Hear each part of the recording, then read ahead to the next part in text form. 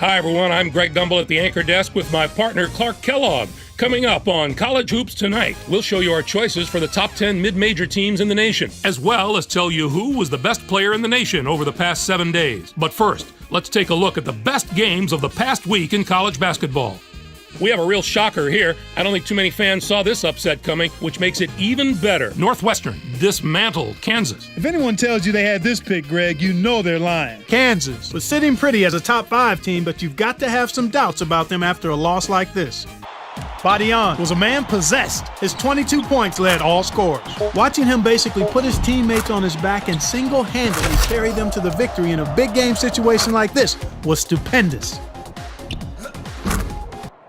And what a game we had as 2 top 10 teams squared off. Stanford overpowered Texas. This was like a heavyweight fight back and forth, and both sides landed their fair share of big punches. You've got to expect that from a pair of top 10 teams like these, and they did not let us down. Stanford really muscled up down low and was able to convert a lot of easy chances close to the basket. Whether it was the big men or the guards, they made the most of their opportunities. They were able to dominate the inside game with their physicality, and it really made things hard for the other team.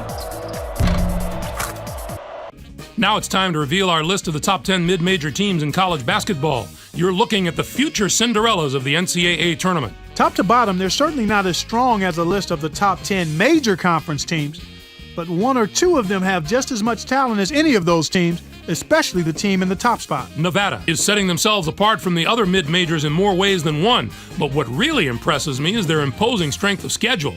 They've adopted the anyone, anywhere scheduling philosophy, and it's transformed them into a very dangerous opponent.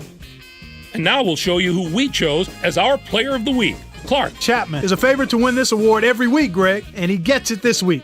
If there is anyone who doesn't consider him one of the best players in the country, just take a look at his last few performances. You couldn't pick out any one thing that he did because he was able to dominate all facets of the game. A truly well-rounded performance that epitomizes what it means to be a complete basketball player. Coaches will be showing clips of his performance as a lesson in how to play the game correctly.